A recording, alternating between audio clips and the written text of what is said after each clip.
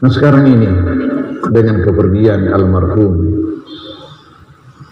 Ananda Dr. Andas Muhammad Haji Muhammad Ansartah MA, kita sudah kenal tadi, dibacakan riwayat hidupnya dan guru ta'angkat.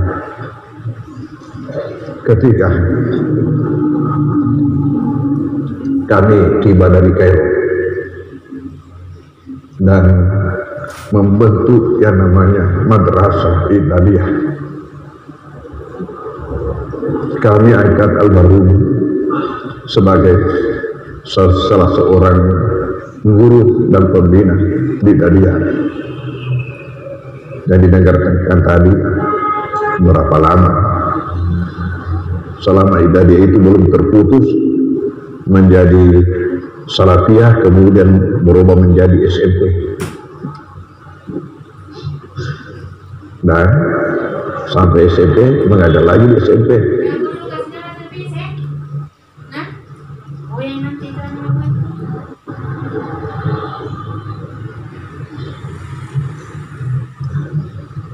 Saya tidak sanggup untuk berbicara banyak tentang almarhum.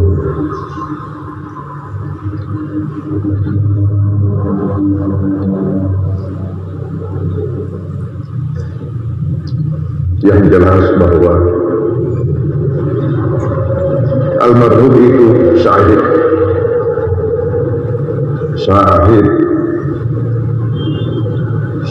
akhirat namanya. Karena syahid itu ada syahid dunia akhirat, ada syahid dunia, ada syahid akhirat, ada juga bukan syahid dunia dan bukan syahid akhirat. Syahid dunia akhirat mereka yang berjuang bertempur fisabilillah dengan niat betul-betul mau mengangkat kalimat Allah dan gugur di medan juang. Syahid dunia akhirat. Sementara yang syahid hanya dunia, tapi akhirat tidak. Orang bertempur fisabilillah, tapi niatnya hanya mau merampas harta, bukan untuk lillahi kalimatullah. Maka itu ketika meninggal dunia, maka diberlakukan sebagai orang syahid, syahid dunia, tapi tidak dianggap syahid oleh Allah Subhanahu wa ta'ala. Sementara orang yang syahid akhirat adalah seperti almarhum, termasuk umpamanya ya wanita yang melahirkan lalu meninggal dunia, itu syahid akhirat. Artinya diberlakukan seperti orang mati biasa, tetapi di sisi Allah dia adalah seorang syahid sebagaimana almarhum. Yang tidak syahid dunia akhirat yang di luar daripada ini, di luar daripada ini.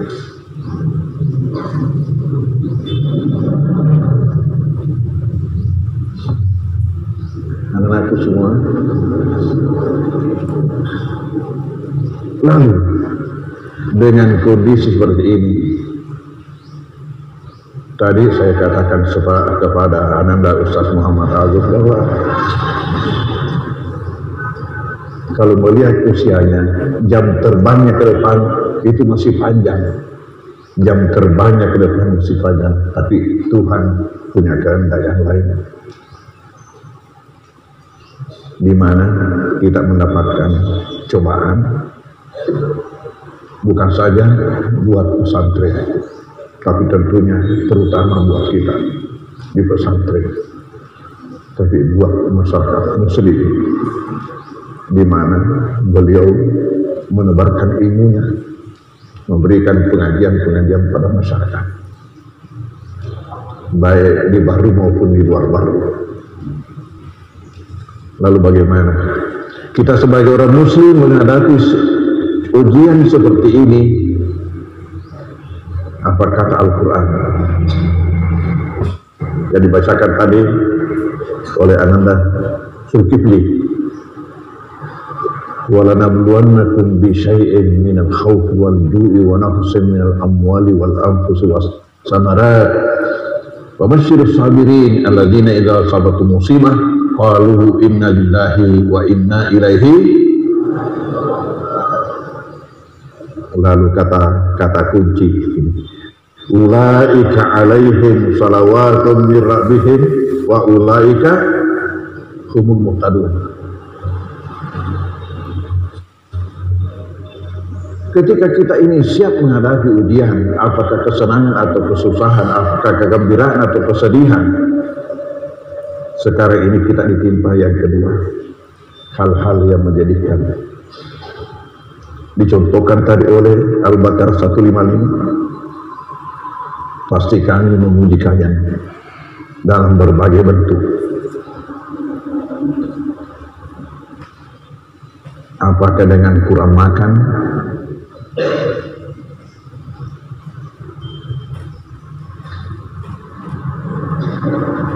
apakah dengan kehilangan harta, apakah dengan kehilangan anggota keluarga, apakah usaha rugi, itu contoh-contoh diberikan oleh Al-Quran. Tidak hanya sebatas itu.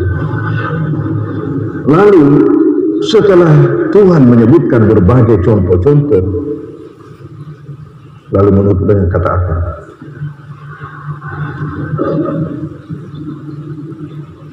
Wa basyiris sabirin, sampaikanlah berita gembira kepada mereka yang bersabar. Siapa mereka yang bersabar itu? Kita tadi orang beriman yang punya senjata, di mana sebagaimana dikatakan Rasulullah bahwa kita orang beriman memiliki karakter yang ajaib yang menakjubkan umat lain yang tidak ada yang memilikinya kecuali umat beriman. Coba anakku, pernahkah melihat agama lain kalau kematian ada yang meronta-ronta, ada yang histeri, ada macam-macam kalau kematian? Tapi kita tidak. Kenapa? Karena kita kembalikan kepada yang di atas. Kita mencintainya, tapi ternyata Tuhan lebih mencintai. Sehingga dengan senjata kesabaran, maka apa kata Tuhan? Sampaikanlah berita gembira kepada hamba-hambaku yang bersabar ketika mendapatkan ujian dalam bentuk kesedihan atau kesusahan. Alladzina idza asabatu musibah, mereka itu yang apabila ditimpa oleh satu musibah, qalu, mereka kembalikan ikrar. Ikrarnya apa? Inna lillahi wa inna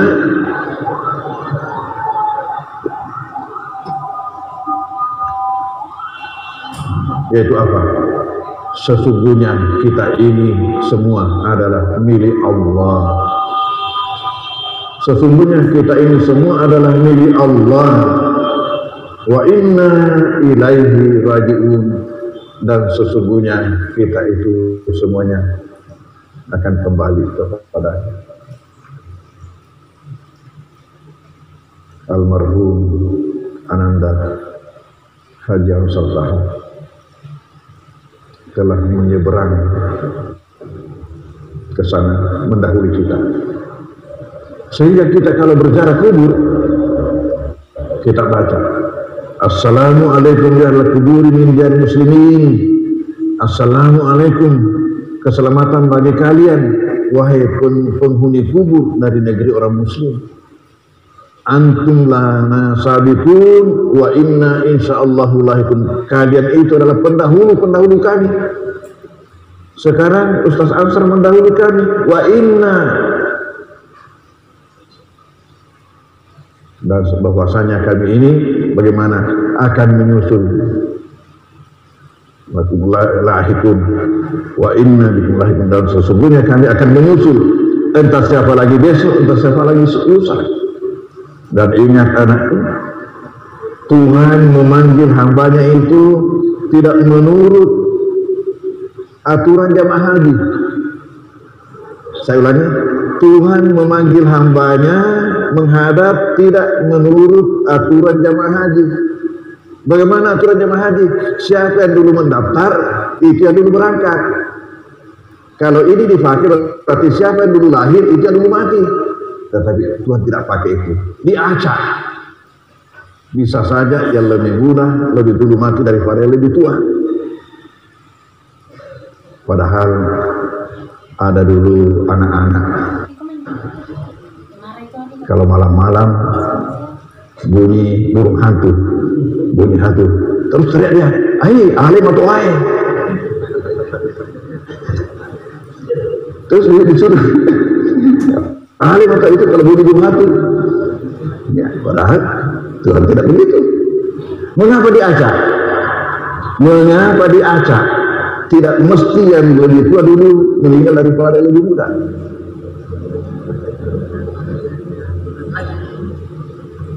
Sudah berapa pembina pesantren kita ini mendahului saya.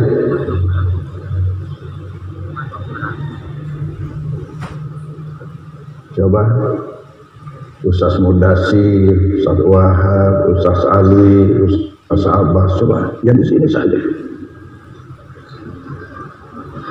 Menyusul lagi video ini. Sebelumnya itu Ustaz Said ya, di mana lagi ya.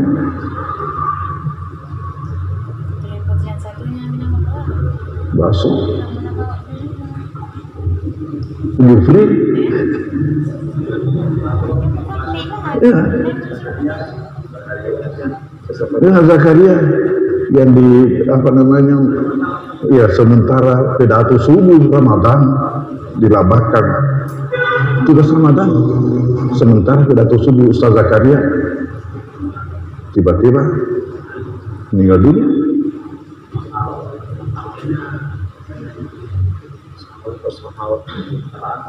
Ya, Ustaz Abdul Razak Ruah, Usman Hawa, semuanya itu usianya di bawah saya. Semuanya itu usianya di bawah saya. Ini rahasia Tuhan. Padahal anak-anak teriak, alim atau wae. Kenapa bertanya atau wae ngalah?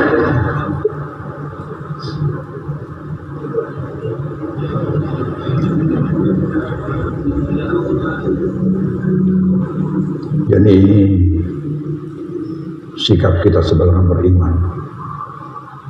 Di dalam kitab Irsyadul Ibad, kalau tidak salah ingat saya, ada suatu contoh kesabaran yang luar biasa. Seorang laki-laki tawaf di Baitullah, tiba-tiba melihat seorang perempuan yang kebetulan terbuka wajahnya, karena Nabi melarang wanita itu kalau ihram menutup wajah dan memakai sarung tangan. Terbuka wajahnya.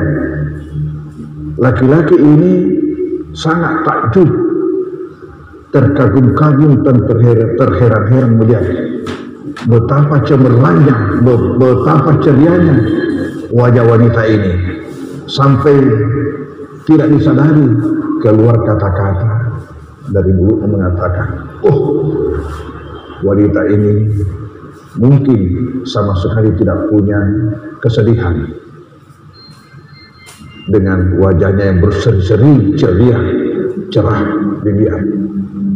Kebetulan wanita tadi itu mendengar, terus menulis, "Apa yang kamu katakan wahai laki-laki?"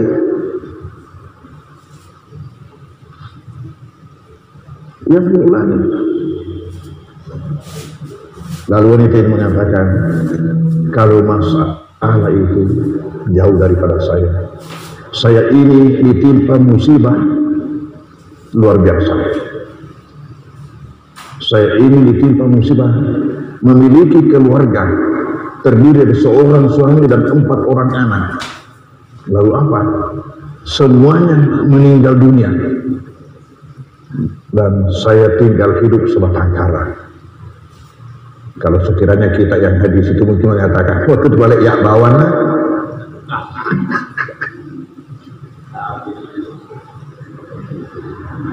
Terus lagi mengatakan, bagaimana ceritanya? Dia cerita bahwa saya punya 4 orang anak, yang tua perempuan sudah bersuami, lalu masih ada lagi bocah 2 orang dan seorang masih bayi. Ini yang bocah 2 orang, yang kakak mengatakan kepada adiknya, "Dek, mau saya perlihatkan caranya bapak menyembelih kurbannya." Adiknya ini masih sangat bingung, mengatakan bagaimana? Katanya pergi sini, begini caranya, dikasih baring adiknya, dikasih baring, baru digesok pisaunya, mati adiknya disembelih. Caranya bapak katanya menyembelih kurbannya, mati. Setelah mati adiknya, baru dia sadar, kaget. Dan karena kagetnya itu lari.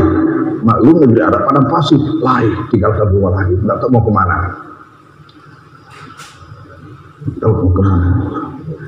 Lalu ayahnya datang. Ibu mengatakan, ini anak kita begini, disembelih langsung oleh kakaknya. Katanya memberikan contoh bagaimana caranya menyembelih kurban. Dan setelah melihat adiknya mati, lari dia. Nah, ayahnya menyusul mencari anaknya. Lama-lama tidak muncul. Anak tidak muncul, suami tidak muncul.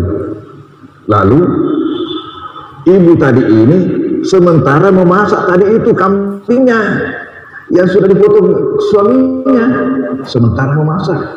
Ya. Menunggu suaminya tidak datang, pergi dia ke beranda, menengok, kayak kasihlah kayak kue, kayak kasih anak kue. Tahu-tahu ketika itu anaknya masih bayi merangkak pergi ke dapur, lalu diambilnya itu apa? Peri tertumpah air panas kepadanya, mati pula anak itu, bayi ini mati pula bayi ini. Ya, mati pula bayi ini. Lalu suami tidak pulang, anak tidak pulang, sudah 2 mati di sini di rumah. Satu mati disembelih, satu mati tersiram air panas. Kemudian berita ini sampai kepada anaknya yang sudah lain rumahnya, yang sudah kawin, yang sementara berada di beranda di atas rumahnya. Ya, begitu mendengar bahwa mati adik, mati semua, ayahmu bilang, terus pingsan, jatuh pula dari atas, mati pula dia.